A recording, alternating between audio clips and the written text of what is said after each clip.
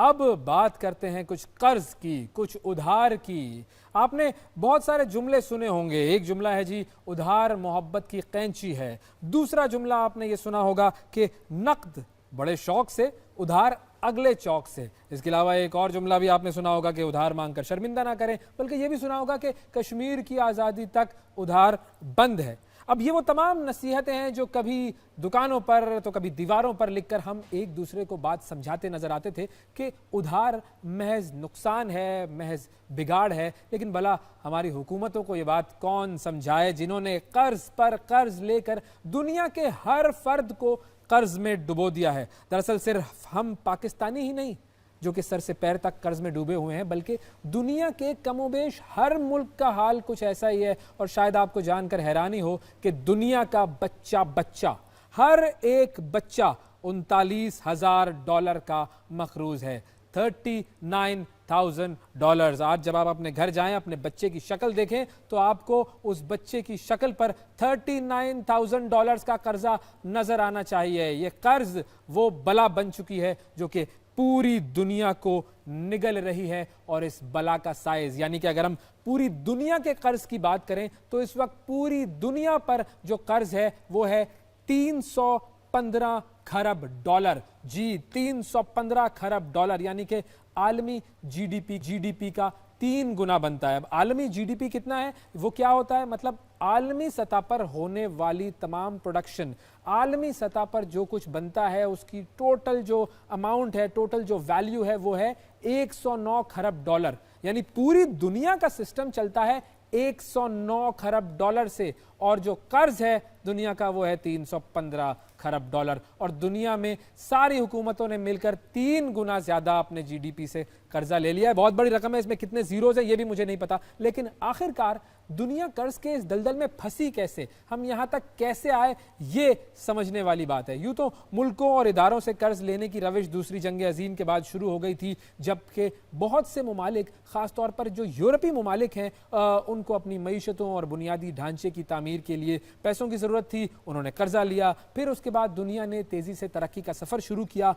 आलमी मईशतें और जो इदारे थे वो फले फूले, पैसे की रेल पेल हो गई और दोनों हाथों से सरमाया बटोरती रही कंपनीज और गवर्नमेंट्स। लेकिन जो भी था, सरमाए की मद में कर्ज था। बहरहाल इस वक्त सब अच्छा चल रहा था और आलमी सतह पर कोई बड़ा मुआशी चैलेंज नहीं था। लेकिन 2008 में रिसेशन आया और ममालिक को मुआशी बदहाली का सामना करना पड़ा। ये एक बड़ा इंटरेस्टिंग सा टाइम था। ये रिसेशन अमेरिका में सब प्राइम मॉर्गेज लोन्स की वजह से आया था और सब प्राइम मॉर्गेज क्राइसिस कहलाता है। उसकी वजह से अमेरिकी हाउसिंग मार्केट जो है वो तबाह हो गई थी। बहुत सारे आलमी मालियाती इदारे नाकाम हो गए थे और आलमी मईशत के जो मामलात थे वो बड़े ख़राब हो गए थे। और इसके नतीजे में बहुत से ममालिक में इक्तिसादी तरक्की, तिजारत और रोज़गार ये सब कम हो गया था। दुनिया के बड़े बड़े बैंक डूबे थे।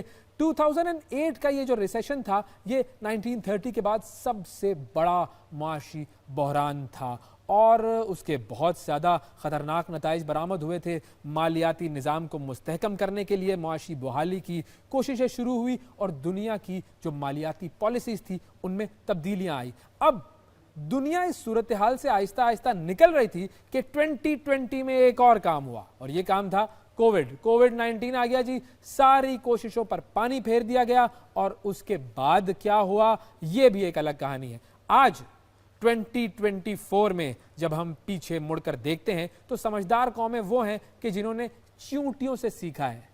चींटियों से क्या सीखा है कि मईशत में पैसा लगाया भी लेकिन बुरे वक्त के लिए बचाया भी। चींटियां भी यही करती हैं। अलबत्ता तमाम ममालिक ऐसा ना कर सके, यहां तक कि दुनिया के टॉप मईशत समझे जाने वाला जो अमेरिका है, जापान है, वो भी इस वक्त भारी कर्जे तले दबा हुआ है। अमेरिका $35 खरब का कर्जा है अमेरिका पर और बरतानिया पर है तकरीबन $10 खरब का कर्जा। इसी तरह अगर हम यूरोपीय यूनियन की बात करें तो $17 खरब का कर्जा है यूरोपीय यूनियन पर।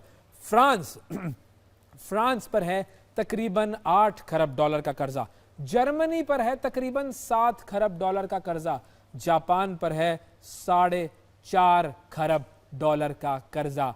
ये है जी वो कर्जों की लिस्ट जो कि दुनिया के बड़े बड़े मुमालिक पर है। हमारा भी कर्जा है, हम इस कर्जे से निकल रहे हैं, लेकिन दुनिया के कर्जे देख लें भाई, बहुत मामला जो हैं वो ख़राब हैं। अब इससे निकलने का हल क्या है, ये बताया है जी रॉबर्ट कियोस्की।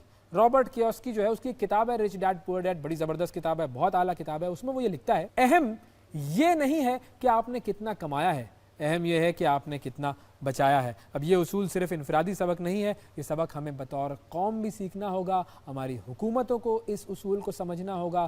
कर्ज कोई बुरी चीज़ नहीं होती, तरक्की के लिए ज़रूरी है, लेकिन सिर्फ उस वक्त तक जब तक सूरत हाल आपके काबू में है। सूरत हाल आपके काबू से निकली तो फिर मामला जो है वो ख़राब हो जाएगा। और अब हमने देख लिया है कि 315 खरब डॉलर दुनिया का हर बच्चा $39,000 का मकरूज़ है। इसका मतलब है कि हालात ख़राब हैं। बहरहाल ये तो थी कहानी कर्ज़ की। ब्रेक पर जाते हैं।